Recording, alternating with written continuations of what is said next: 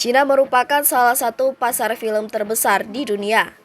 Pada 2020, Cina menyalip penghasilan tahunan Amerika Utara, box office terbesar di dunia, dengan kenaikan mencapai 1,988 miliar US dollar pada 2021.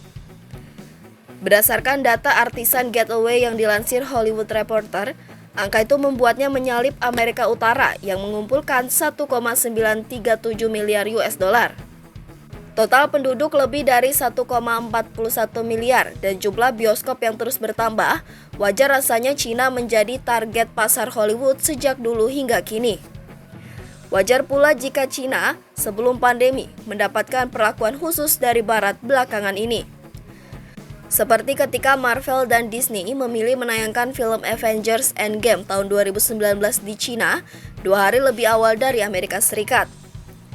Teknik itu dilakukan untuk menghindari pembajakan film yang begitu marak di Asia, sekaligus membuat penonton di Asia merasa terpilih karena bisa mengetahui kisah dan akhir dari Avengers. Taktik itu mempengaruhi penjualan tiket.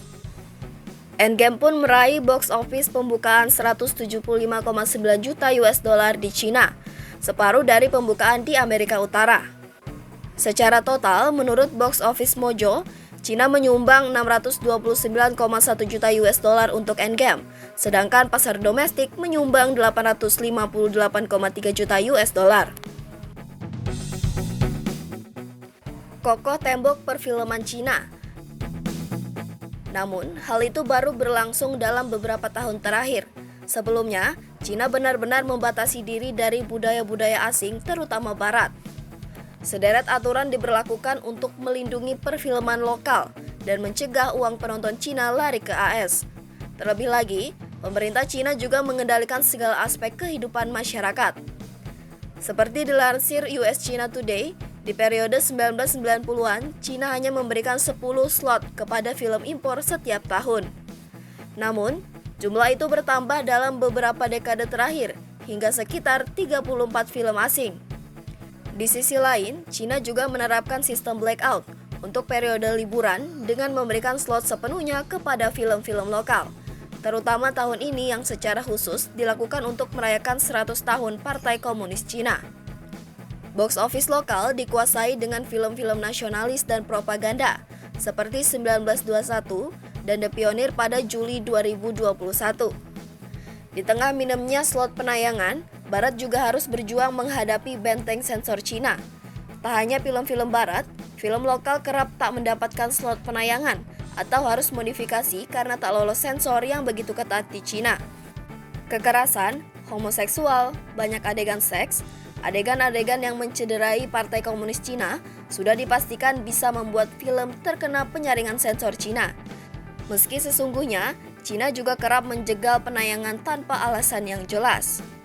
Misalnya saja live action Christopher Robin alias Winnie the Pooh tahun 2018 yang dilarang tayang karena meme beruang kuning oranye tersebut dalam beberapa tahun sebelumnya seringkali digunakan untuk mengejek-ejek Presiden Xi Jinping. Kemudian, film Shang-Chi dan The Legend of the Ten Rings yang belum mendapatkan izin tayang walau menampilkan superhero Asia.